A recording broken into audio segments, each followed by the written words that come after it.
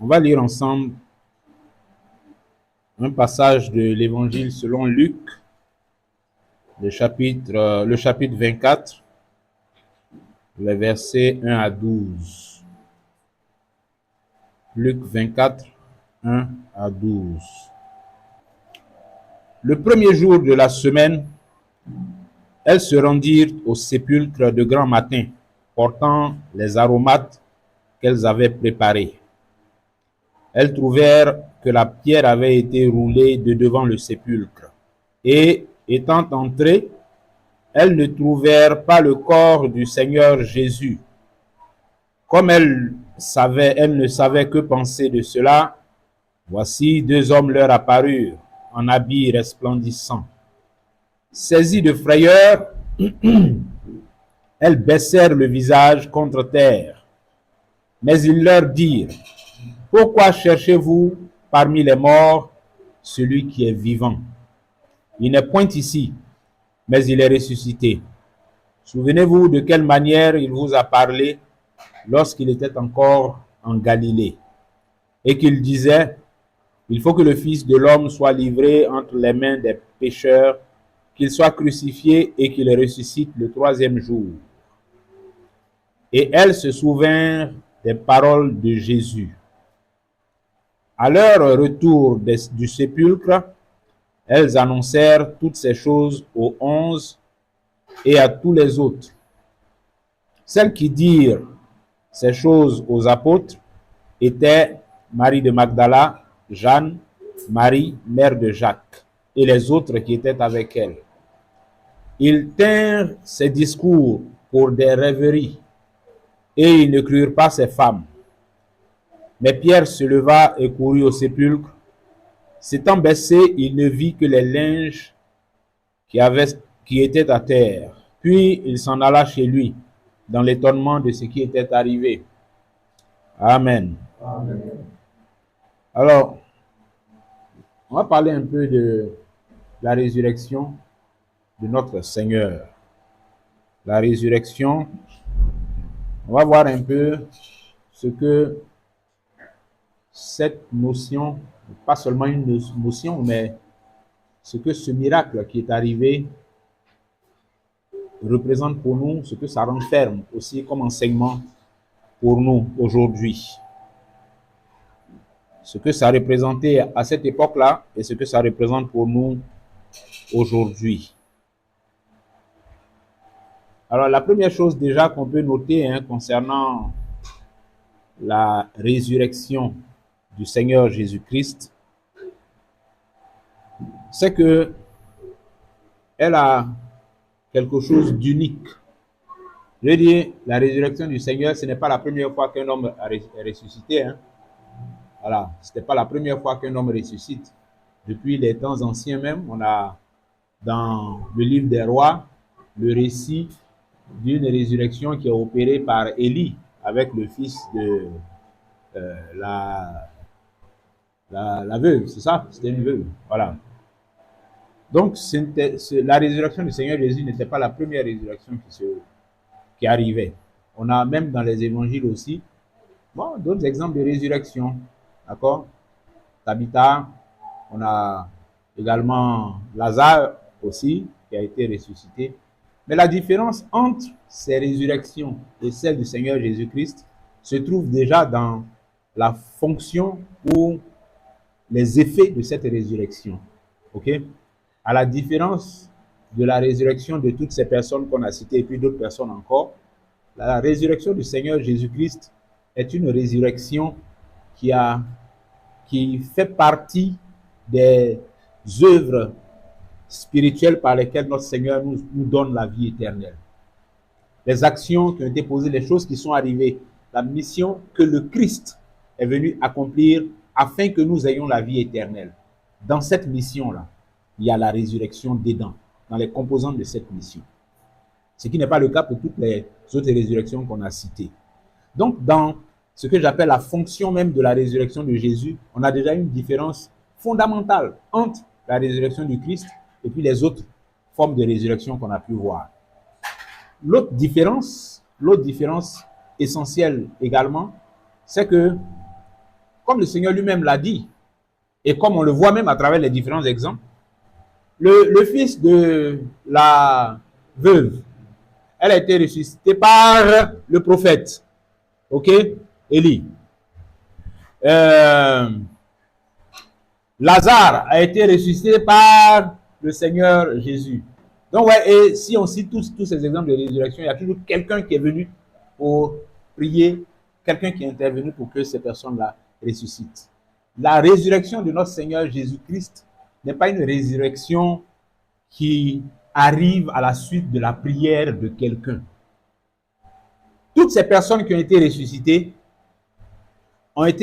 suite à la prière d'une autre personne.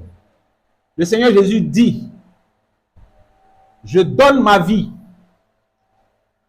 personne ne me l'ôte, je la donne de moi-même, car j'ai le pouvoir de la donner et j'ai le pouvoir de la reprendre.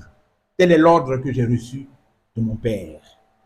La résurrection de Jésus est une résurrection qu'il opère lui-même par le pouvoir que le Père lui a donné. Il avait le pouvoir de donner sa vie, donc de mourir, de se laisser mourir, et puis de reprendre sa vie. Mais, bien aimé, quand le Seigneur Jésus-Christ dit quelque chose comme ça, mais c'est une façon très, très éloquente de nous indiquer la puissance extraordinaire qu'il a sur la mort.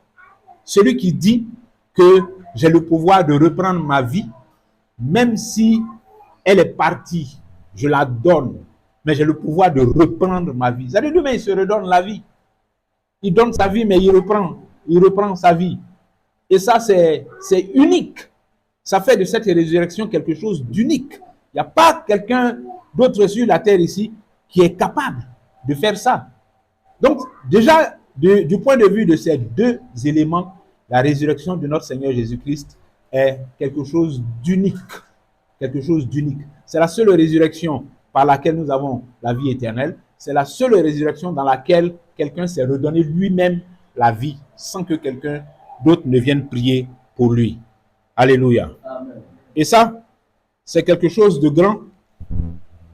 Et vous voyez, quand le Seigneur entoure sa résurrection de choses aussi grandes, c'est aussi pour nous rassurer et pour nous assurer de tout ce qui le rattache à la résurrection, à sa résurrection. On va voir ça tout à l'heure. Déjà, on peut également noter que la résurrection de notre Seigneur est une résurrection qui a été annoncée. Elle a été annoncée depuis longtemps. Elle a été annoncée depuis les temps anciens. Depuis les temps anciens. Lui-même, il en parle dans le chapitre que nous avons lu tout à l'heure, mais au verset 25. On dit, parlant de sa conversation avec les deux disciples qui étaient sur le chemin d'Emmaüs, Luc 24, au verset 25, il a dit, alors Jésus leur dit, ô hommes sans intelligence, et dont le cœur est lent à croire tout ce qu'ont dit les prophètes. Il était en train de leur parler là de sa résurrection. Il était en train de les réprimander pour la lenteur qu'ils avaient à comprendre les choses qui avaient été annoncées depuis longtemps par les prophètes. Ô hommes sans intelligence et dont le cœur est lent à croire tout ce qu'ont dit les prophètes, tout ce qu'ont dit les prophètes. Et quand on lit les versets qui suivent, c'est là qu'on nous dit que, alors, il se mit à leur expliquer dans toutes les Écritures ce qui le concerne. Et quand ils disent toutes les Écritures ici, il n'y a pas le Nouveau Testament, ce que nous avons comme Nouveau Testament aujourd'hui. C'était les écrits anciens, c'était les paroles des prophètes, c'était la loi avec Moïse. Donc dans tout ça, il était déjà annoncé que le Messie viendrait et qu'il serait mis à mort et qu'il ressusciterait. Ça avait déjà été annoncé. C'est d'ailleurs ce qu'on voit dans le psaume 16 au verset 10, où il est dit, psaume 16, 10, « Car tu ne livreras pas mon âme au séjour des morts. Tu ne permettras pas que ton bien-aimé voie la corruption. » Alors ça, le psaume 16, 10, c'est une parole qui a été citée par Pierre. Vous vous souvenez, Actes chapitre 2.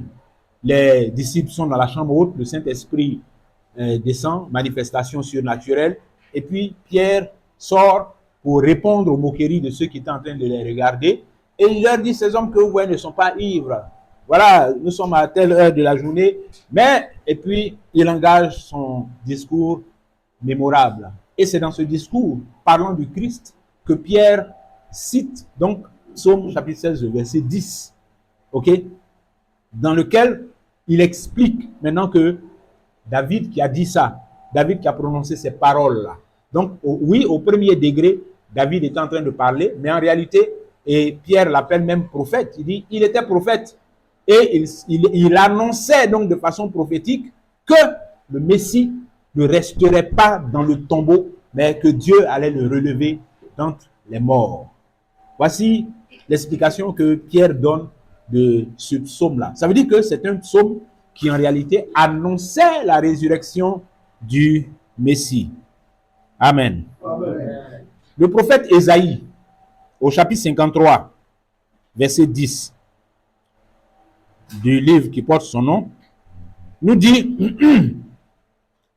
il a plu à l'Éternel de le briser par la souffrance. Vous connaissez le chapitre 53 d'Ésaïe. C'est le chapitre qui nous décrit de façon tellement miraculeuse des siècles auparavant tout ce que le Christ devait vivre. Donc au verset 10, il dit, il a plu à l'Éternel de le briser par la souffrance. Après avoir livré sa vie en sacrifice pour le péché, il verra une postérité et prolongera ses jours. Et l'œuvre de l'Éternel prospérera entre ses mains. Amen. Il a dit après avoir livré sa vie en sacrifice pour le péché, donc la mort, ensuite il verra une postérité et prolongera ses jours, la résurrection. Donc la mort et la résurrection de notre Seigneur avaient été annoncées depuis longtemps par les prophètes, depuis longtemps. C'est pour ça qu'ils pouvaient les reprendre, ces deux disciples sur le chemin d'Emmaüs, parce que le livre qu'eux ils ont, c'est ça, c'est la loi et les prophètes. Donc c'est dedans que justement Jésus-Christ leur explique tout ce qui le concernait, donc tout ce qui concernait également sa résurrection. La résurrection, le Seigneur lui-même a annoncé ça, lui-même, il a annoncé sa résurrection. C'est ce qu'on a en Matthieu 12, 40. Le Seigneur lui-même, en parlant avec ses disciples à plusieurs reprises, il a fait mention de ce qu'il devait mourir et revenir à la vie. Matthieu 12, 40, il dit, car de même que Jonas fut 3 jours et 3 nuits dans le ventre d'un grand poisson, de même le Fils de l'homme sera 3 jours et 3 nuits dans le sein de la terre.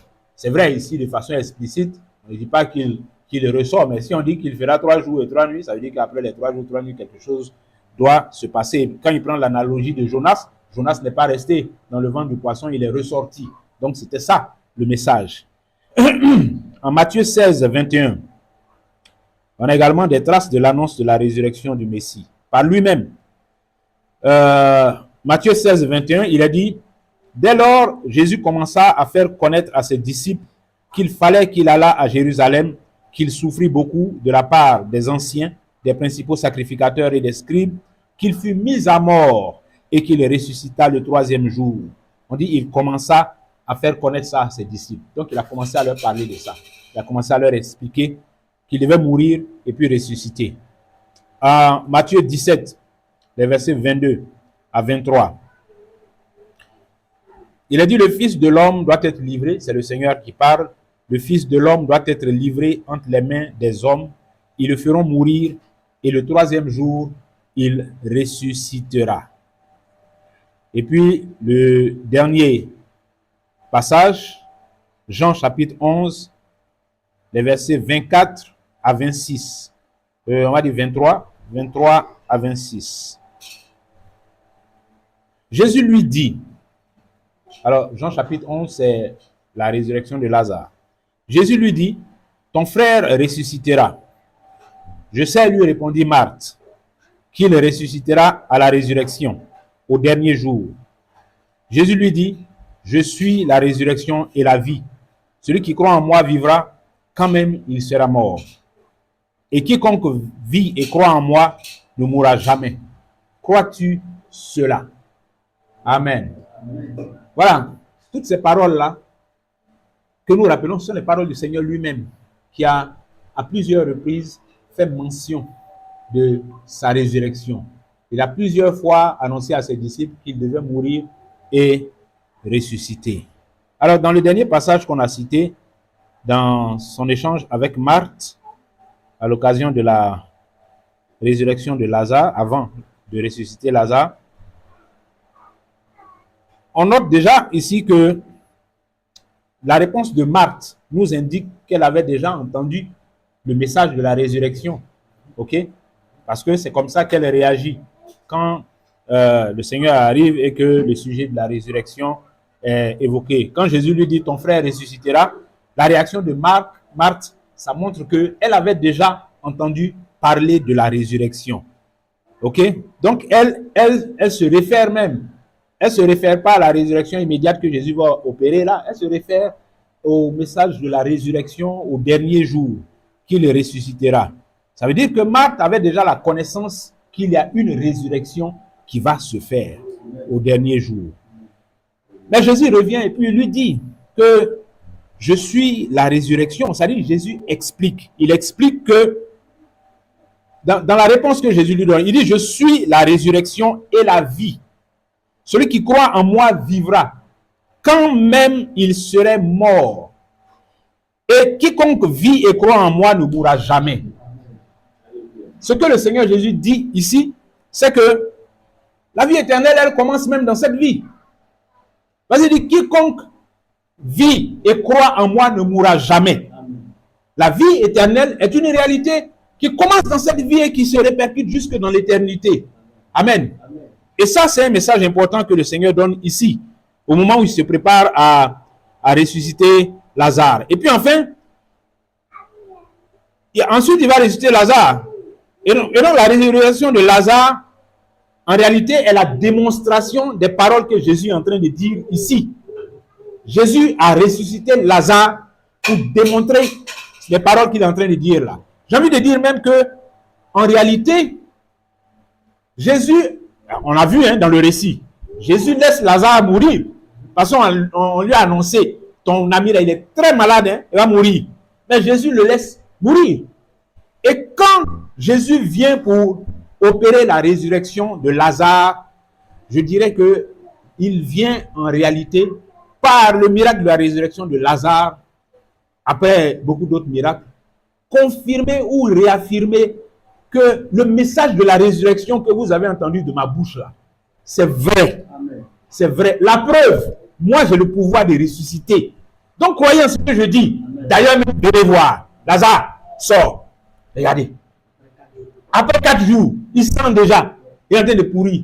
Donc, quand vous voyez un cadavre qui est en décomposition comme ça, et que je peux revenir à la vie, mais quand moi je vous dis qu'au dernier jour, quelle que soit la durée, le temps que vous aurez mis dans les tombeaux, je peux vous relever. Mais croyez-moi. Croyez-moi. Alléluia. C'était ça le message de la résurrection de Lazare. Ça, c'est pas juste pour ressusciter Lazare et puis impressionner les gens. C'était pour que ceux qui avaient, comme Marc, déjà entendu le message de la résurrection au dernier jour, eh bien, que cela ait l'occasion de voir que le monsieur qui nous a parlé de la résurrection et qui a dit qu'il y a une résurrection au dernier jour, là, lui qui nous a dit ça, lui qui nous a dit que même ceux qui ont été ensevelis, qui sont pourris, qui sont devenus sable là-bas, il a le pouvoir de les ressusciter là. C'est lui qui est venu nous faire la démonstration de ce qu'il a dit là. Amen. Amen. On comprend pourquoi il a laissé Lazare pourrir. Il a laissé mourir d'abord, ensuite pourrir. Oui. C'est-à-dire s'il avait couru, on dit, hey, Lazare est malade, et puis il court, allons vite. Elles sont dressées bas. Et puis, allez, ils arrivent là-bas. On dit, bon, où il est? Il est là. Ah, vraiment. Ah, il a la fièvre. Bon, sortez. Tu es guéri. Ça n'a pas d'effet. Guérison, c'est quoi? Guérison de... Non. Il y a un message que Jésus venait confirmer. Il y a un message qui venait confirmer. Donc, son plan était clair dans sa tête depuis on est venu lui annoncer les trucs de Lazare. Là. Il était au courant même, il avait déjà vu les dents. Ils sont venus en pleurant. Ah, Lazare, d'accord. Où sont mes chaussures là? Où sont mes chaussures? On a cherché chaussures là jusqu'à pendant 4 jours, on n'a pas trouvé. Lazare est mort, il est pourri, fini. Tout le monde est découragé. Puis il est venu. Mais le but, ce n'était pas de réjouir les gens par la résurrection de Lazare, c'était que les gens comprennent le sens du message de la résurrection et qu'ils aient l'assurance que ce qu'il a promis, ce qu'il a dit, ce qu'il a déclaré là, il a le pouvoir de l'accomplir. Amen. Je suis la résurrection et la vie. La résurrection que je vous ai dit là, c'est même pas une affaire que je vais faire ou bien... Il dit c'est moi-même qui suis la résurrection. Je suis la résurrection et la vie. Amen. Amen. Alors, ouais. Maintenant, malgré tout ça, tout ce qu'on vient d'expliquer, tout ce qu'on vient de dire, les prophètes ont annoncé depuis. Donc, c'est dans les Écritures. Et ceux-là, c'est des gens qui ont, avant que Jésus ne vienne, bon, là, c'est à la fin, le passage qu'on a lu tout à l'heure dans Luc, là, avec les femmes qui sont allées au sépulcre, c'est à la fin de son parcours sur terre, là. On est dans les derniers moments de la présence physique de Jésus sur terre. Donc, ça veut dire que 3 ans, presque 4 ans se sont écoulés. Et puis, mais avant la venue de Jésus, ces gens-là, ils lisaient les prophètes et la loi. Ils lisaient ça. Ils lisaient. Donc, ils lisaient également ce que les anciens avaient dit sur le Messie, qu'il devait ressusciter. Ils lisaient ça. Ils lisaient. Et Jésus est venu, il a ajouté lui-même ses propres paroles dessus. Pour le dire clairement même. Peut-être vous ne savez pas interpréter ce que l'autre a dit, ce que celui-là a dit, mais moi-même, je vous dis que je viens pour mourir et pour ressusciter, comme ça avait été annoncé. Donc, je viens confirmer ce que les prophètes avaient dit. Donc, ils ont entendu, ils ont lu ça dans les Écritures, ils ont entendu ça de sa propre bouche. Mais hélas, le voile de l'incompréhension et de l'incrédulité était là, devant le message de la résurrection du Christ. Le voile de l'incrédulité et de l'incompréhension. Mais, j'ai dit, c'est une incrédulité qu'on retrouve aujourd'hui encore. L'incrédulité concernant le message de la résurrection de Jésus. Oui, c'est vrai, on dira, mais si, nous on croit en la résurrection de Jésus, nous on croit. Mais comme dans tout ce en quoi on croit, la démonstration de ce qu'on croit se fait dans la façon dont on se comporte vis-à-vis de ça, dans la façon dont on se comporte vis-à-vis de ce message, le message de la résurrection. Quelle est notre attitude, quel est notre comportement vis-à-vis du message de la résurrection? Quel est notre comportement? C'est ça qui dit si nous sommes incrédules ou si nous ne le sommes pas. Au-delà du fait que oui, je crois. Dans mon cœur, là, je crois. Quand je lis là, je crois. Mais bon, j'ai envie de dire, nous-mêmes, à la différence de ceux-là, j'ai envie de dire, pour nous-mêmes, c'est un peu facile. Parce que eux là, ils vivaient le truc en direct. Ils vivaient le truc en direct. Ça dit, il n'y a pas quelque chose qui s'est passé encore. C'est pas que il est déjà ressuscité une fois à une époque et puis bon, il est revenu encore. Et puis donc, ils peuvent dire que oui, mais la dernière fois il avait dit et puis il est ressuscité. C'est nous qui pouvons dire ça. C'est nous qui pouvons dire, parce qu'on a le témoignage, que effectivement le Christ est ressuscité. Nous, on peut dire ça, parce qu'on a ce recul historique là. Aujourd'hui, nous, on peut regarder en arrière dans l'histoire et puis dire, effectivement, qu'on lit dans les Écritures, effectivement, il est ressuscité. Ce n'est plus une prophétie que nous voyons concernant la résurrection de Jésus, mais c'est le récit de l'accomplissement, c'est le témoignage de l'accomplissement de cette prophétie qui avait été annoncée par les anciens. Donc, nous qui avons le témoignage là, je dirais, en principe, pour nous, ça devait être plus simple, hein, parce que pour nous, c'est le témoignage. Or, eux, ils attendaient la réalisation effective de ça. Nous, on a déjà le témoignage que ça s'est passé, c'est arrivé. Mais quand même, on a des incrédulités en rapport avec la résurrection qui est déjà arrivée, la résurrection qui a déjà eu lieu et dont on a un témoignage dans les Écritures. On a quelques incrédulités en rapport avec ça. Mais, bien aimé, quand je dis qu'on a quelques incrédulités en rapport avec ça, c'est en réponse à la question de savoir si notre façon de marcher dans le Seigneur, est-ce qu'elle est à la dimension de ce que la résurrection de Jésus-Christ représente, ce que cette résurrection opère en nous et pour nous, et ce qu'elle représente pour notre salut? Est-ce que notre marche dans le Seigneur est à la dimension de cette résurrection-là? C'est ça, hein? Est-ce que la façon dont on vit notre foi, là, est-ce que c'est à la dimension de cette résurrection? Parce que, notez bien, hein, je disais tout à l'heure que dans le programme, on appelait ça comme ça, le programme qui était le programme du Messie, tout ce qui devait se passer, tout ce qu'il devait faire jusqu'à la fin, jusqu'à ce qu'ils disent tout est accompli. tout ce qui devait se passer ensuite, c'est-à-dire sa résurrection. Tout ce programme-là, le point culminant, c'est la résurrection du Messie. Parce que si tout ce qui a eu lieu avant sa résurrection s'est produit et que la seule résurrection là ne s'opérait pas, ça annule tout le reste. Ça annule tout le reste, bien aimé. Ça annule tout le reste. Si la résurrection n'a pas lieu, si on retire la résurrection de tout ce que le Christ a accompli, c'est que tout le reste là, ça tombe à l'eau. C'est ce que Paul exprimait quand il disait que si Christ n'est pas ressuscité, notre foi est vaine. Et nous sommes les plus malheureux de tous les hommes si c'est en cette vie seulement que nous espérons.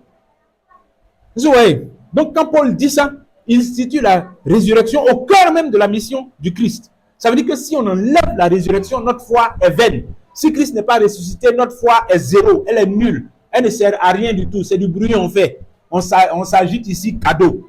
Ça veut donc dire qu'il faut que nous placions toujours la résurrection du Christ au cœur de la foi que nous vivons en lui. La résurrection du Christ, là, on ne doit pas mettre ça à l'extérieur. On ne doit pas minimiser. On ne doit pas faire de ça quelque chose d'accessoire. On ne doit pas en faire un truc dont on se rappelle de temps en temps. Non, c'est pas comme ça que la résurrection doit être vue et doit être vécue. Parce que cette résurrection, c'est elle qui nous donne d'entrer dans la plénitude de tout ce qui a été accompli par le Messie. C'est la résurrection de Jésus qui nous ouvre la porte de la vie éternelle. La résurrection de Jésus. Amen. Donc, la question à laquelle nous devons répondre pour savoir si nous ne sommes pas dans des incrédulités, c'est celle de se demander si la façon dont moi-même je marche dans le Seigneur, là, est-ce que je fais de la résurrection de Jésus quelque chose de central même? Les effets, les conséquences de la résurrection de Jésus, est-ce que je les valorise? Est-ce que je mets ça au cœur de ma foi, au cœur de ma piété? Question importante, bien aimé. Et puis, alors, on va lire, par exemple, on va lire Actes chapitre 17, les versets 30 à 32. Ouais, je disais tout à l'heure, parlant des disciples, que c'est les gens qui ont marché avec lui pendant toutes ces années-là. Mais vous voyez les traces d'incrédulité qu'on a encore dans leur façon de faire, dans le passage de Luc qu'on a lu tout à l'heure. Je le dis souvent quand j'interviens sur ce passage-là, que les femmes qui sont allées avec les aromates au tombeau, là, c'est vrai, c'était une bonne intention. Bon, écoutez, le parent est décédé, on ne va pas laisser la tombe comme ça. Au village, là, on va débroussailler au cimetière. Périodiquement, on dit, bon, les herbes, là, ça a trop envahi le cimetière. Allez, tout le monde, prenez machette d'abord, allez, on s'en nettoie au cimetière un peu. Puis on nettoie. Pourquoi? Mais pour mettre un peu de propreté. Et puis bon, on dit, c'est pour garder le souvenir de nos morts aussi. On ne va pas laisser la broussaille les envahir comme ça et tout ça. Mais, vous voyez, les disciples qui ont marché avec le Seigneur pendant toutes ces années-là, ils n'ont pas. Ils ont gardé des traces d'incrédulité. Grave même. Les dames qui sont parties au tombeau, là, elles partaient avec bon, pour eux, certainement, les tombeaux étaient tellement bien entretenus qu'on n'avait pas besoin de débroussailler comme chez nous, là, au village. Mais, il fallait faire en sorte que les odeurs du cadavre, là, bon, ça se dissipe un peu, que les odeurs, là, ne dérangent pas. Donc, on fabriquait des parfums, des aromates, là, pour aller embaumer un peu le cadavre, là. Peut-être on va mettre les trucs autour, que ça chasse un peu l'odeur, pour que ça sente un peu bon, quoi. Donc, c'était une bonne intention qu'elle manifestait, mais c'était une intention qui était le fruit d'une incrédulité. Parce que le gars dit que le troisième jour, il n'est plus là-bas. Il vous a dit ça. Les prophètes ont annoncé. Lui-même vous a dit, il a répété jusqu'à... Et le troisième jour, vous partez embaumer son cadavre. Incrédulité. En principe, le troisième jour, on dit, bon, aujourd'hui, là, ce n'est pas la peine d'aller là-bas, parce que le maître n'est plus là-bas. Mais ce n'était pas ça l'attitude. Elle partait pour embaumer. Après avoir marché, ce n'est pas des gens qui découvraient le message de la résurrection. C'est un message qu'elles avaient entendu déjà de sa part. Bon. Cela oui, frère. Un peu l'épisode de la manne qui tombait dans le misère. Ce que je viens de dire par rapport à la résurrection, c'est que le 6e jour, Dieu demandait qu'il puisse prendre pour 2 jours et que le 7e, il n'y aurait pas de mal. Mais bon, le 7e jour, il y a des gens quand même qui sont sortis pour aller vérifier au cas où Dieu aurait oublié, par exemple. Il avait dit ça. Et ça a été l'objet de reproches vis-à-vis de Dieu. Donc je crois que ça rejoint un peu, c'est tout à l'heure quand je parlais de ça, ça m'a rappelé cet épisode de ce que le Seigneur dit, après 3 jours, il n'est plus dans le tombeau, mais qu'on a embaumé son corps. Je veux aussi dire que l'embaumement, c'est aussi permettre que le corps soit conservé longtemps aussi. Ok, voilà. Au-delà des parfums, que ça puisse aussi être conservé longtemps. Donc ça montre encore vraiment que c'est ça. Il y avait vraiment de l'incrédulité dans cette action-là. Beaucoup d'incrédulité. Merci, homme frère. Alors, ouais, ce que ça nous enseigne, c'est que une des choses que ça nous enseigne, c'est que l'attitude de ces femmes qui étaient des disciples face à l'incrédulité, à la résurrection du Seigneur, l'attitude de ces femmes-là, ce que ça nous enseigne aussi, c'est que, en fait, ces femmes-là, c'est pas qu'elles ont rejeté le message du Christ. C'est pas qu'elles ont rejeté tout ce qu'il avait dit. Non. C'est des femmes qui ont marché à lui. Donc, qui ont reçu son message. Qui ont cru en son message. Et quand il dit son message, c'est tout ce que ça comporte. Mais la résurrection faisait partie de ce message, mais elles avaient un problème avec la résurrection.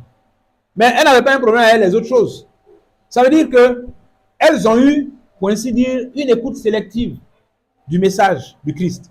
C'est-à-dire, elles ont pris des choses auxquelles elles ont cru, dans lesquelles elles ont mis leur foi, et puis une chose pour laquelle, bon, elles sont restées un peu réservées, un peu sceptiques, à la limite même, bon, peut-être que quand elles écoutaient parler de ça, bon, le gars là, mais il dit quoi même? Est-ce que... Parce que vous voyez ici, là, on ne voit même pas une petite hésitation même pour dire que bon, mais bon, pourtant il avait dit qu'il allait ressusciter, non? Bon, il n'y a même pas ça.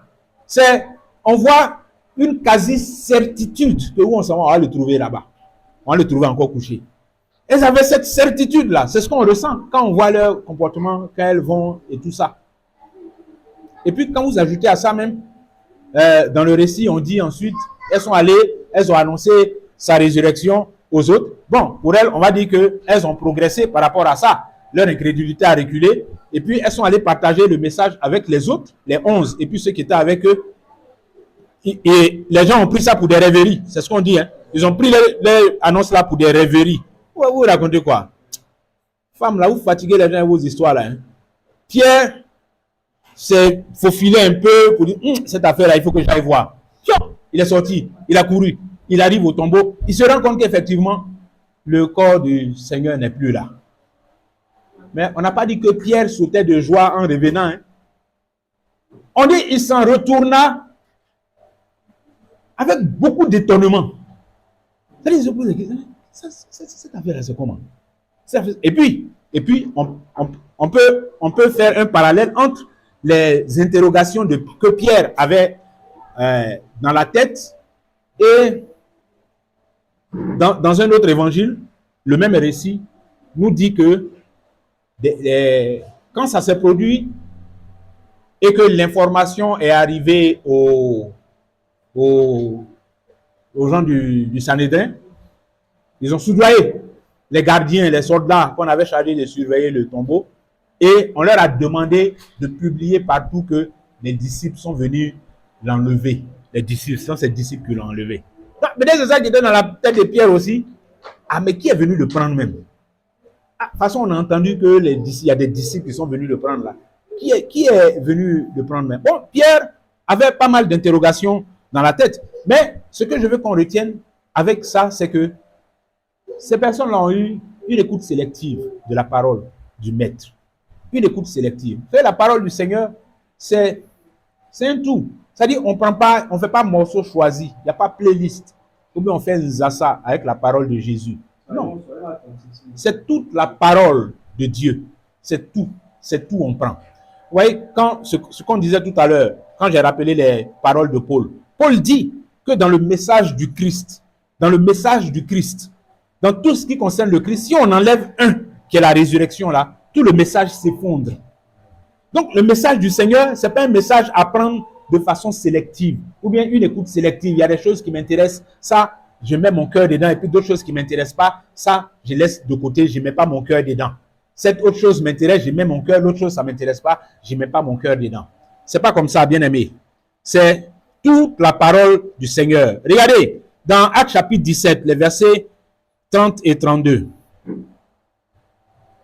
C'est là où Paul se trouve à Athènes. Et puis, bon, pendant qu'il attendait que Timothée et puis Silas, je crois, le rejoignent à Athènes, bon, il fait un tour dans la ville et puis il voit tellement d'idolâtrie que ça le fatigue. Donc, en attendant que les frères le rejoignent, il sort sur le terrain pour aller parler un peu, pour aller prêcher un peu à ces gens-là. Donc, et comme les Athéniens aimaient bien les petits rassemblements, comme nos agoras qu'on avait là, se retrouvent dans les endroits, et puis bon, ça discute, on envoie des philosophies, on développe des choses. Donc, Paul est allé, et puis bon, il s'est engagé dans ça, dans des échanges de discussion. Ah, il y en a qui passaient, qui l'ont entendu. Lui, là, il parle d'un truc nouveau, on n'a pas l'habitude d'entendre ça ici. Viens. On l'a envoyé à l'Aréopage, là où il y a beaucoup d'auditeurs maintenant. Viens, tu vas bien exposer ton affaire là. On va t'écouter. Donc, Paul explique, il parle du Seigneur, il parle du Messie, il parle de la mort de Christ, il parle de la résurrection. Et il est dit au verset 32 que lorsqu'ils entendirent parler de résurrection des morts, les uns se moquèrent, les autres dirent, nous t'entendrons là-dessus une autre fois. Nous t'entendrons là-dessus une autre fois. Ah, ton affaire de résurrection, on l'écoutait avec attention, parce que bon, je pense que Paul devait être quelqu'un d'éloquent quand même. Hein. Parce que quand on voit un peu son discours devant Agrippa même, voilà, ça c'est du haut des gammes. Hein. Donc, Paul qui est en train de discourir devant les Grecs, et puis les Grecs prennent le temps de l'écouter, ça veut dire qu'il est en train de parler bon. Donc, Paul parle, et puis bon, il fait ses démonstrations, et quand il arrive sur la résurrection, les gens la disent, ah, ton affaire là, c'est résurrection, il veut dire quoi? Que ceux qui sont morts là vont venir encore, quoi. Tiens, on va t'écouter une autre fois, hein. Mon gars, allons-y. Regarde, André, il a trop de problèmes. Et un peu, ils sont partis. Ils l'ont laissé là. Pourquoi? Parce qu'il a évoqué la résurrection. Ça dit que ces Athéniens-là, ils étaient disposés à écouter tout le discours de Paul, hein, sauf ce qui concerne la résurrection. Donc, et ça, c'est ce que j'appelle l'écoute sélective, là. On prête attention, mais il y a des éléments là-dedans où on dit non, ça là, on va t'écouter une autre fois, prochainement, quoi, ton affaire, là. Alors, dans ce discours que Paul fait, on va lire ça un peu. Dieu, sans tenir compte des temps d'ignorance, annonce maintenant à tous les hommes, en tout lieu, qu'ils aient à se repentir. Parce qu'il a fixé un jour où il jugera le monde selon la justice par l'homme qu'il a désigné, ce dont il a donné à tous une preuve certaine en le ressuscitant des morts. Lorsqu'ils entendirent parler de résurrection des morts, les uns se moquèrent et les autres dirent, nous t'entendrons là-dessus une autre fois. Alors, ce que ce passage-là nous dit concernant la résurrection, parce que c'est ça le point culminant de son message qu'il leur adresse ici, concernant la résurrection du Messie. La résurrection du Messie est liée au jugement. D'après ce qu'on lit ici, que Paul dit. Paul dit, au verset 31, parce qu'il a fixé un jour, Dieu a fixé un jour où il jugera le monde selon la justice par l'homme qu'il a désigné, ce dont il a donné à tous une preuve certaine en le ressuscitant des morts. Voilà le développement que Paul fait. Il lie la résurrection de Jésus au jugement.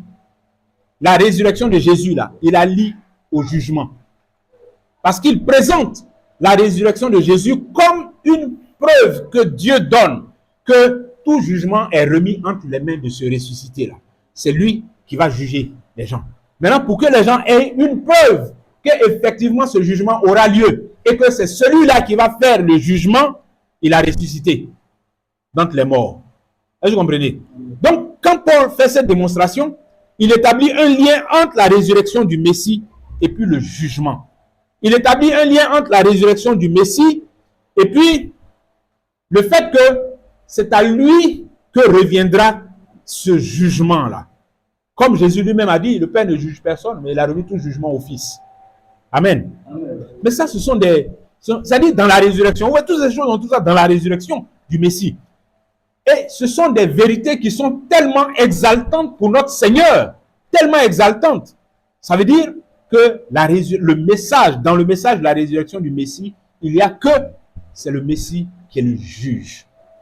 C'est le Messie qui est le juge. Dans le message de la résurrection du Messie, il y a que, eh bien, un jugement aura effectivement lieu. Et tout cela est confirmé par quoi? Par sa résurrection. Amen. Vous voyez que la résurrection de Jésus, c'est quelque chose qui contient beaucoup de vérité. Alors,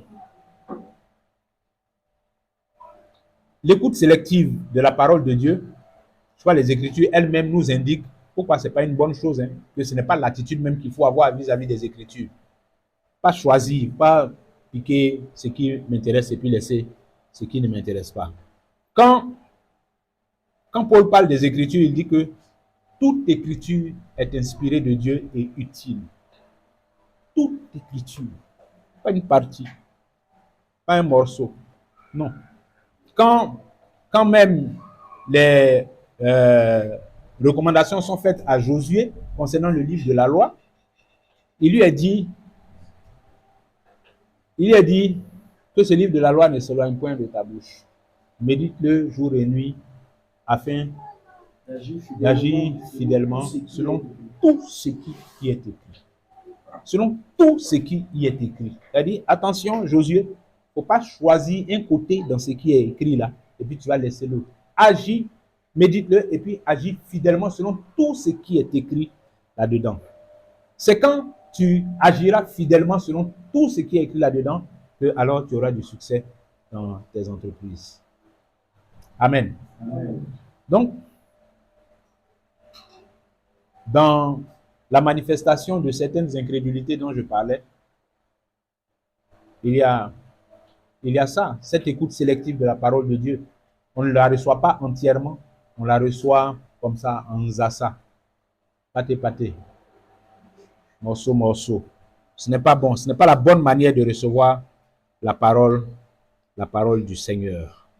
Amen. Et puis, concernant la résurrection, vous savez, la résurrection, elle n'est pas présentée comme une deuxième chance. Ce n'est pas une deuxième chance que Dieu donne à quelqu'un pour se rattraper. La résurrection, là. Ce n'est pas que Dieu a prévu la résurrection pour que, quand on va ressusciter, on ait une deuxième chance pour se rattraper et puis après quoi, on verra. Non, c'est pas comme ça. C'est les mystiques, là, les ésotériques là, qui enseignent la réincarnation, qu'on va vivre à mesure que quand tu meurs, tu reviens, tu meurs, tu reviens.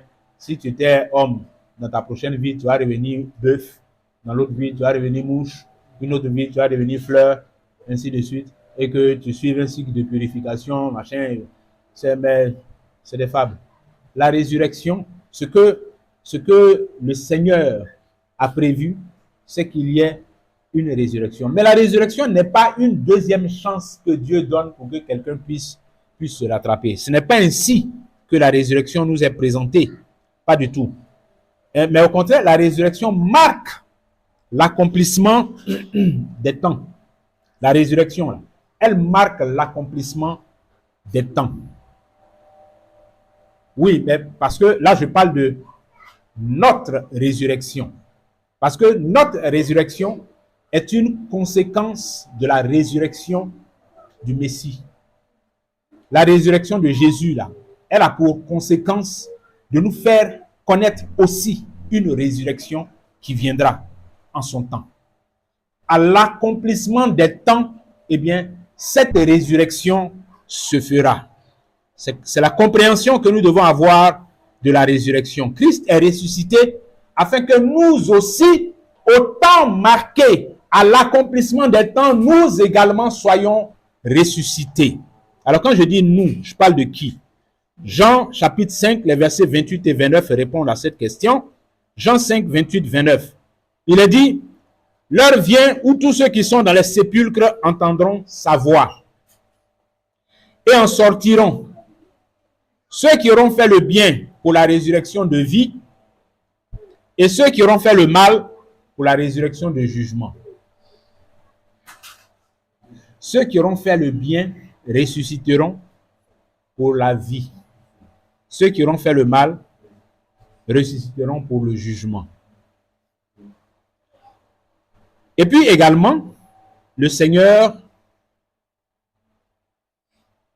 donne, dans la révélation qu'il donne à Jean, qu'on a dans le livre d'Apocalypse, une réponse concernant notre résurrection, qui découle de sa résurrection. Il dit, en Apocalypse chapitre 20, les versets 4 à 6, « Et je vis des trônes, et à ceux qui s'y assirent fut donné le pouvoir de juger.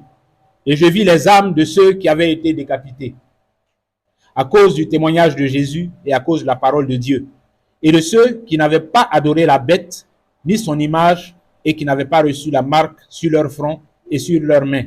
Ils revinrent à la vie, et ils régnèrent avec Christ pendant 1000 ans. Les autres morts ne revinrent point à la vie jusqu'à ce que les 1000 ans fussent accomplis.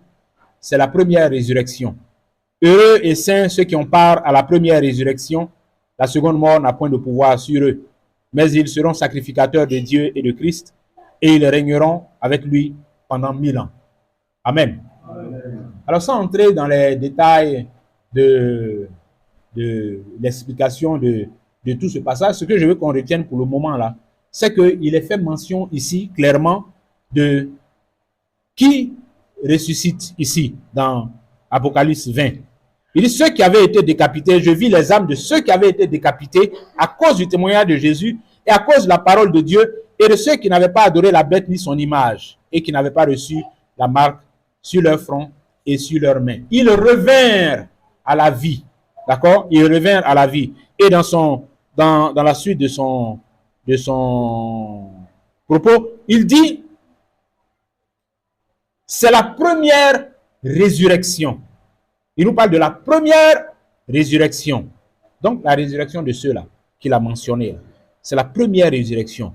Et il dit, de cette première résurrection, eux saints, ceux qui ont part à la première résurrection, la seconde mort n'a point de pouvoir sur eux. Heureux et saints, ceux qui ont part à la première résurrection, la seconde mort n'a point de pouvoir sur eux. Et bien entendu, quand il parle de cette première résurrection, il précise que il dit il n'a pas reçu la marque pendant 1000 ans. Il dit au verset 5, les autres morts ne revinrent point à la vie jusqu'à ce que les 1000 ans furent accomplis. Ok, donc ça veut dire que ce qui est dit ici, tout le monde n'est pas ressuscité. Tout le monde n'est pas ressuscité ici, dans la première résurrection là. Tout le monde n'est pas ressuscité. Puis il dit, il y en a qui sont ressuscités, qui reviennent à la vie, mais il y en a dont il dit, les autres morts ne revinrent pas à la vie jusqu'à ce que les 1000 ans furent accomplis. Donc, il y a eu une résurrection qui est évoquée ici par Jean, qui fait partie des conséquences de la résurrection du Christ, du Messie. C'est à cause de la résurrection de ceux-là dont il est fait mention ici aussi que Christ est mort et qu'il est ressuscité. Et puis, comme il dit au verset 5, il y a un autre groupe de personnes qui ne sont pas revenus à la vie en ce moment-là, qui ne sont pas ressuscités. Mais leur résurrection à eux se déroule plus loin, toujours dans le même passage-là, où il dit au verset 13 que la mer rendit les morts qui étaient en elle, la mort et le séjour des morts rendirent les morts qui étaient en eux. Et ceux-là sont ressuscités pour le jugement. Et chacun fut jugé selon ses œuvres, et la mort et le séjour des morts furent jetés dans les temps de feu. C'est la seconde mort, les temps de feu. Quiconque ne fut pas trouvé écrit dans le livre de vie fut jeté dans les temps de feu. Bien-aimés, la résurrection de Jésus, la conséquence principale qu'elle a pour nous, c'est d'avoir part à la résurrection de vie, dont il est parlé en Jean 5, qu'on a lu tout à l'heure. La résurrection de vie, elle est pour nous. Elle est pour nous, bien-aimés. Elle est pour ceux qui, par leur attachement à obéir à la parole de Dieu, avec empressement, avec zèle, eh bien, préserveront leur salut jusqu'à la mort, persévérons jusqu'à la mort. Car c'est celui qui persévérera jusqu'à la mort qui sera sauvé. Oui, ça veut dire, quand le Seigneur Jésus-Christ, par sa résurrection, nous ouvre un tel accès à la vie éternelle, quand il nous ouvre un tel accès à la vie éternelle, il nous appartient de ne pas fouler aux pieds les trésors du royaume. Il nous appartient de ne pas jouer avec les choses précieuses. Il nous appartient d'avoir toujours à l'esprit ça, la valeur de la résurrection de Christ, les conséquences de la résurrection du Christ pour nous, les conséquences de ce grand miracle unique dans l'histoire des hommes, les conséquences que ça a pour nous. Et puis ne pas prendre ça à la légère, ne pas ignorer ça aussi, ne pas marcher comme ignorant la résurrection de Christ, ignorant les effets de la résurrection du Messie. Parce que, comme Marc l'a rappelé, avant la résurrection de son frère, eh bien, il y a une résurrection. Il y a une résurrection qui va arriver à l'accomplissement des temps. Il y a une résurrection. Mais bien aimé, si nous ne voulons pas louper cette résurrection, ben, il nous appartient de ne pas non plus fouler aux pieds la résurrection du Messie lui-même. De ne pas fouler aux pieds la résurrection du Messie. Parce que fouler aux pieds la résurrection du Messie, c'est ne pas marcher dans la voie qui est indiquée par les Écritures pour ceux et celles à cause de qui Christ est ressuscité. Ceux et celles à cause de qui Christ est ressuscité. Si on se détourne de ces voies, si on se détourne de ces chemins-là, bon, il est clair que cette façon de se détourner-là, c'est une façon de mépriser la résurrection de Christ et puis les effets de cette résurrection. Mais bien au contraire, ce qu'il convient d'avoir comme attitude, c'est qu'à l'image des disciples, nous puissions nous rappeler et nous laisser rappeler même. Que nous puissions nous rappeler et nous laisser rappeler. Que nous puissions nous souvenir et nous laisser rappeler les choses concernant la résurrection de Jésus, concernant les conséquences de cette résurrection, concernant la résurrection à laquelle nous devons avoir une part quand elle viendra. Il faut qu'on se laisse, je dis à l'image des disciples parce que oui, c'est vrai qu'au début, comme on l'a vu, les disciples, bon, ils ont manifesté quelques incrédulités, hein. Ils ont manifesté quelques incrédulités, mais il ne faut pas qu'on oublie et qu'on ne se laisse pas rappeler ces choses, parce que les disciples, là, ces choses leur ont été rappelées. Vous voyez les femmes, quand elles sont arrivées dans le sépulcre et qu'elles ont vu tout ça, pour qu'elles aillent donner le message aux 11 et aux autres qui étaient avec eux, il a fallu que les anges qu'elles ont trouvés là-bas là, puissent leur rappeler. Ouais, non, c'est ce qu'il a dit. Il dit quoi? Il dit, il n'est point ici, au verset 6 de Luc 24. Il dit, il n'est point ici, c'est l'ange qui parle, mais il est ressuscité. Souvenez-vous, de quelle manière il vous a parlé lorsqu'il était encore en Galilée. Souvenez-vous. Parce que ce n'est pas un nouveau message. Donc, souvenez-vous, les femmes, mesdames, souvenez-vous. De quelle manière il vous a parlé lorsqu'il était en Galilée. Souvenez-vous. Ce n'est pas un message nouveau, c'est un message que vous avez déjà reçu. Donc, souvenez-vous. L'ange leur a rappelé ça. Il faut que nous aussi, on se laisse rappeler. Il faut qu'on se laisse rappeler ces choses-là. Il faut qu'on se laisse rappeler le message de la résurrection de Jésus. Qu'on se laisse rappeler le message de notre propre résurrection à l'accomplissement des temps. Il faut qu'on se laisse rappeler ces choses. Et quand ces choses nous sont rappelées, quand ces choses sont ramenées dans notre esprit, c'est afin que nous puissions davantage conformer nos voies à ce qui est contenu dedans, dans la résurrection, dans l'affaire de résurrection. Ce qui est dedans là, ce que ça appelle comme marche, ce que ça appelle comme conformité, ce que ça appelle comme attitude, comme comportement, ce que ça appelle comme mentalité, ce qui est dedans dans la résurrection là. Il faut qu'on se conforme à ça. Quand ces choses nous sont rappelées, comme c'est en train d'être rappelé présentement, comme ça peut vous être rappelé également dans vos lectures individuelles, comme ça peut vous être rappelé dans vos prières individuelles, ces choses-là, laissons-nous rappeler ces choses, et puis que ce rappel nous ramène dans ce qui est juste, selon les Écritures. Alléluia, amen. Alléluia, amen. Amen. Amen. Alléluia, amen. Alléluia, amen. Amen. Amen. Amen. Alléluia. Amen. Amen. Amen. Alléluia. Amen. Oui, frère. Amen. Je veux juste prendre quelques 9 minutes restantes. Si après tu veux quelque chose, Amen. je dois continuer le dimanche. Mais je veux profiter de ce que tu as dit pour faire un peu ce que les apôtres souvent ils font. C'est que quand on lit les lettres des apôtres, dans les débuts, ils expliquent ce que j'appelle la doctrine. Un peu comme ce que notre bien-aimé frère vient de faire. J'étais beaucoup vraiment édifié de la résurrection de Lazare, cet aspect de tout ce que, en fait, la résurrection aussi doit avoir comme conséquence. Je veux parler un peu de ces aspects un peu pratiques de ces apôtres. Ça veut dire que quand ils nous expliquent que Christ est mort pour nous, qu'il est ressuscité, généralement vers la fin de leur lettre, ils vont nous dire maintenant, soyons vrais les uns envers les autres. Ne marchons plus dans la fausseté. Ça, ce sont les conséquences pratiques des enseignements qu'ils ont donnés. Et je veux lire, Elie, tu peux lire ça s'il te plaît.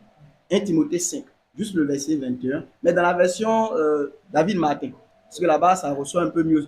C'est pour parler un peu d'aspect pratique de ce que tu as appelé écoute sélective, ou bien lecture, merci, lecture sélective, ou une marche qu'on a avec le Seigneur, mais dans laquelle on pioche des choses. Ce n'est pas bon. Ce n'est pas vraiment bon. C'est ce que le bien-aimé frère vient de nous faire savoir avec ses femmes et même la plupart des disciples. Ça veut dire que c'est des gens, ce que tu as dit est vrai. Ils écoutaient Jésus, peut-être quand il leur parlait du pardon, ils disaient Amen, quand il leur parlait peut-être que d'aimer, ils trouvaient que ça. Mais quand il commençait à leur dire que le Fils de l'homme va être livré, qu'il va être flagellé, qu'il va mourir, qu'il va ressusciter, en fait, c'est certainement cet aspect du message là. Ils ne trouvaient pas que c'était même important de chercher à trop comprendre. C'est tellement qu'il bon, okay, voilà, qu'il passe. On va écouter les autres choses qu'il a à dire. Mais le problème, c'est que cette sorte d'écoute où on met un aspect des voix de Dieu alors que toute l'écriture est inspirée, ça va nous conduire justement à un moment donné à mal marcher.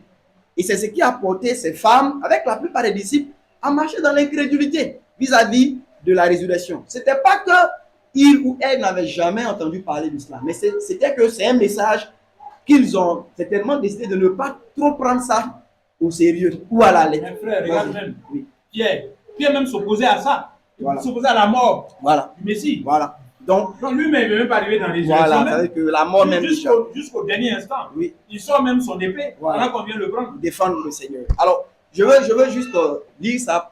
1 Timothée 5, le verset 21. Juste ça. Je veux qu'on puisse écouter, s'il vous plaît.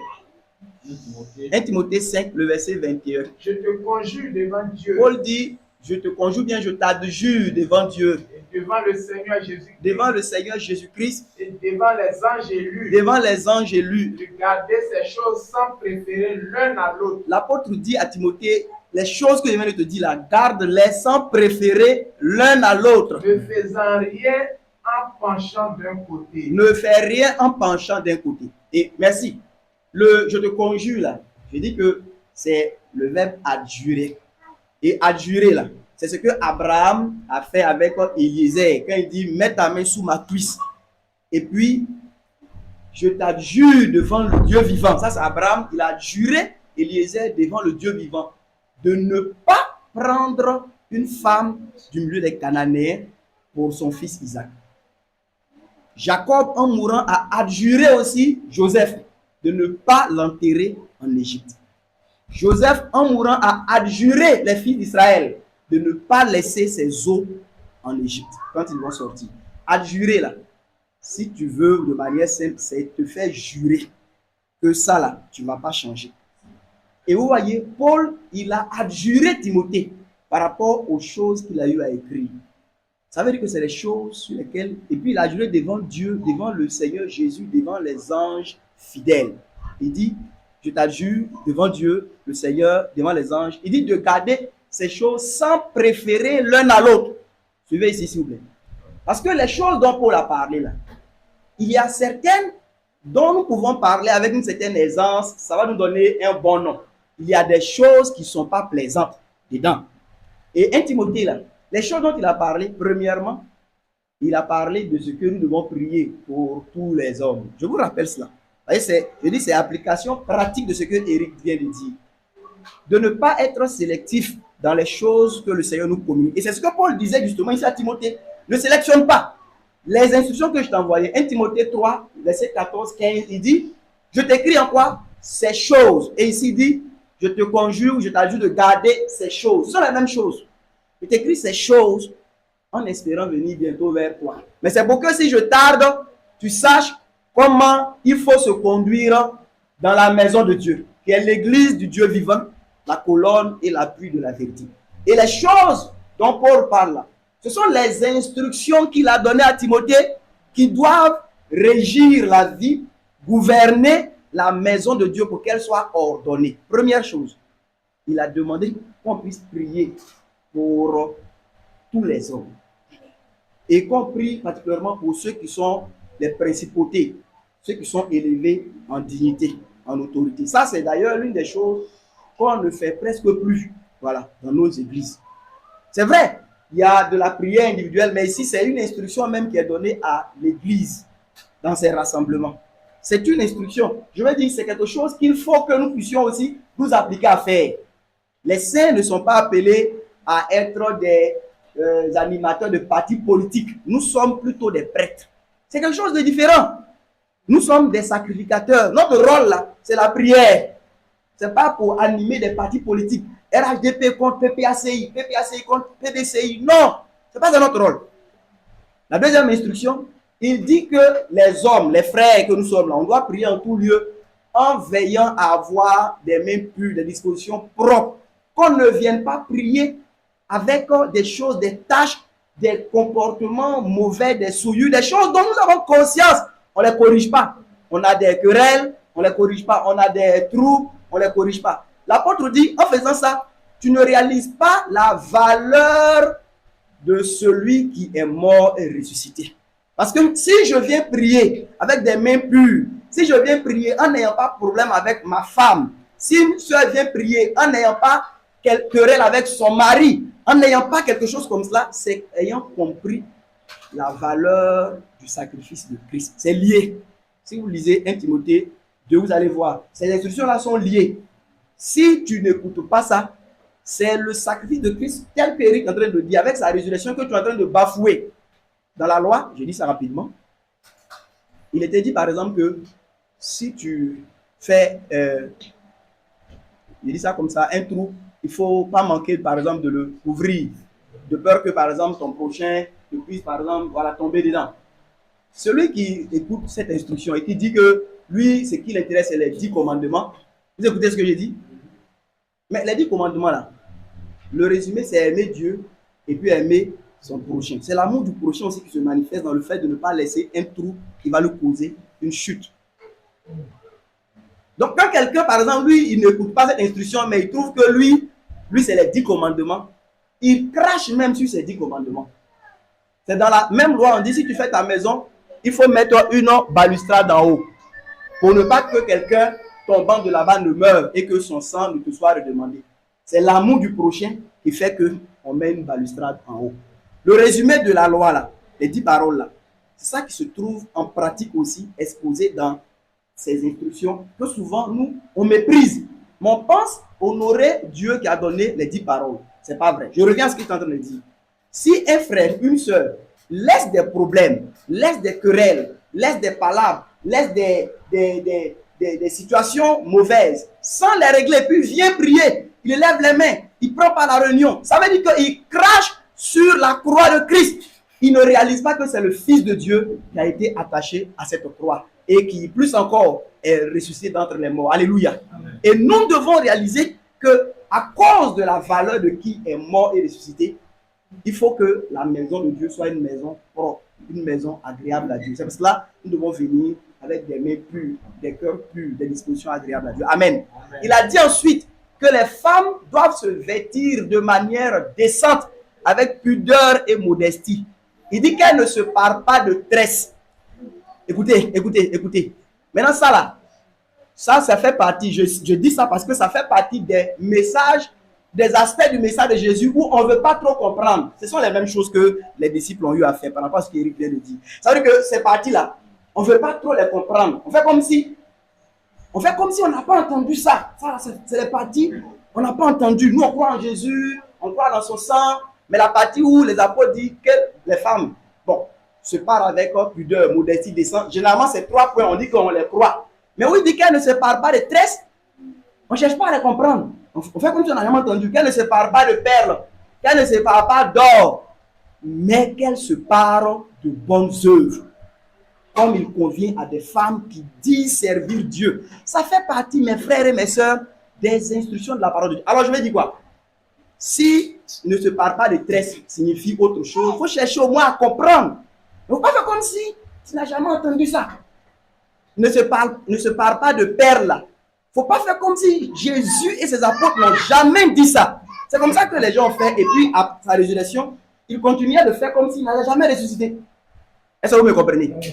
Il dit que les sœurs doivent être parées de bonnes œuvres. Et en le faisant, regardez ce que je viens de vous dire là.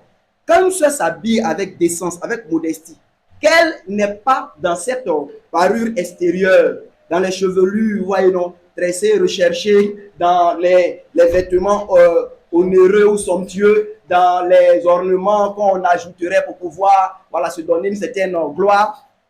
C'est en ayant compris qui a été mis nu sur la croix. Si le Fils de Dieu a été mis nu sur la croix, nous ne pouvons pas, nous, être en train de rechercher une certaine attraction des gens par nos ornements, nos parures extérieures. Non, mes frères et les sœurs. Ça fait partie des instructions du Seigneur. Je les rappelle, c'est des aspects pratiques. Ne soyons pas sélectifs. Cherchons à les comprendre et pratiquons-les. Pratiquons-les. Il dit ensuite, je ne permets pas à la femme d'enseigner, ni de prendre de l'autorité sur l'homme. Alors, raison, non pas que les femmes n'ont pas accès à l'instruction, c'est faux. Les apôtres, dans Actes chapitre 5, je crois, on dit que Pierre et Jean, les Sanhédrins les reconnaissaient comme étant des gens sans instruction du peuple. Vous avez déjà lu ça, non?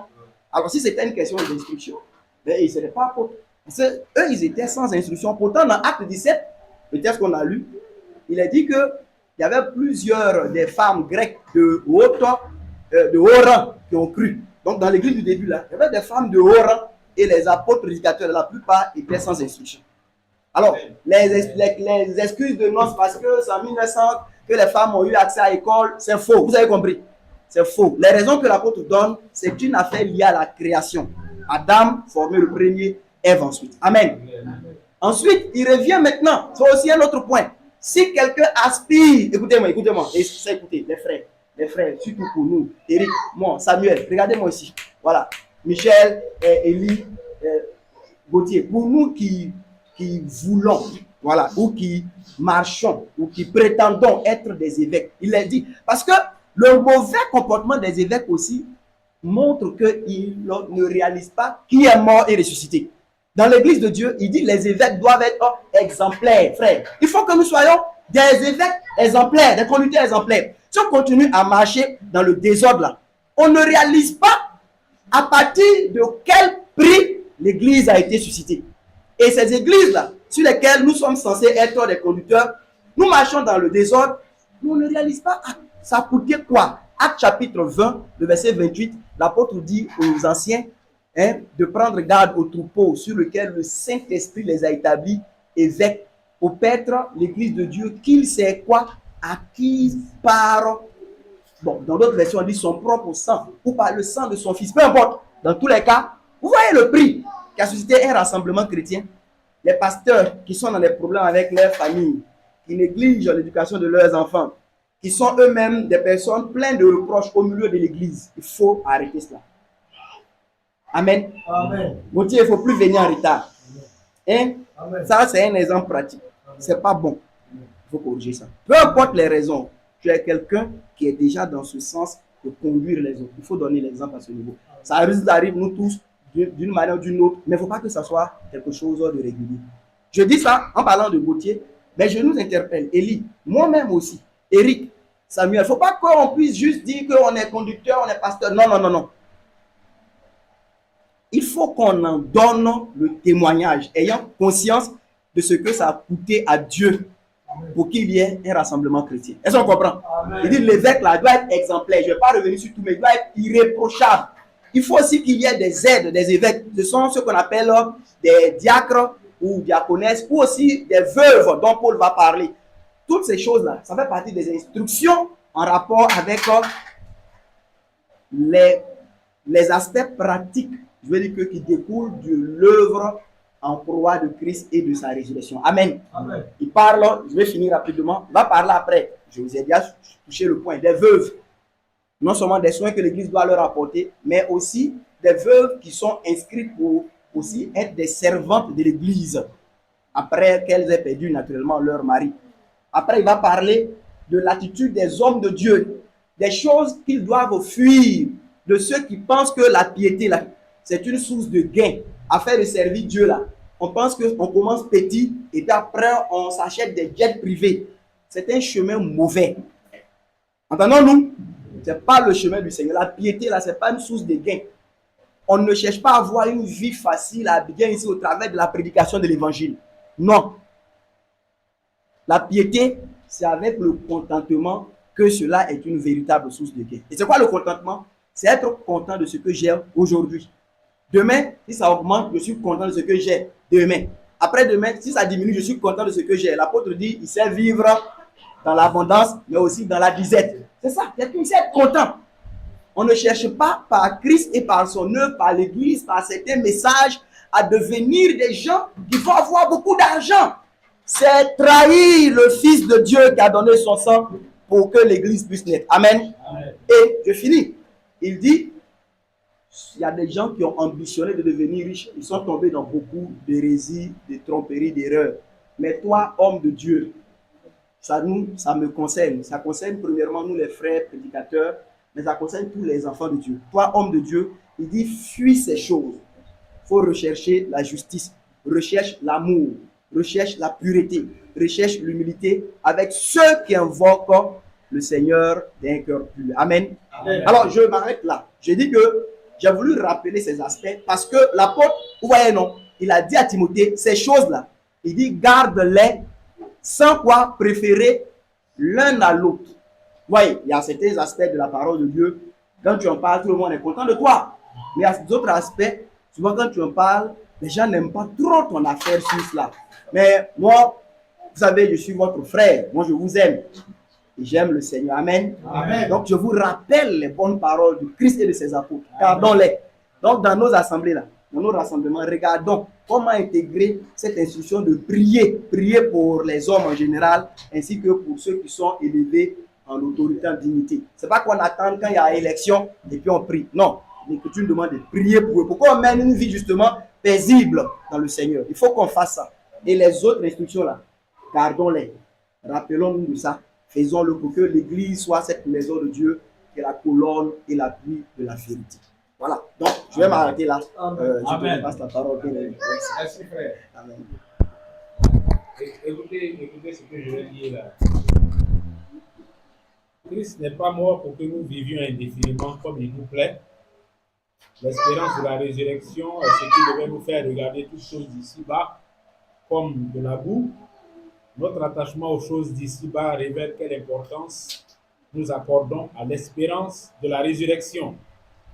La déclaration du Christ « Je bâtirai mon Église » est une déclaration de l'identité de ceux et celles qui constituent l'Église de Jésus. Dieu est le Dieu des vivants.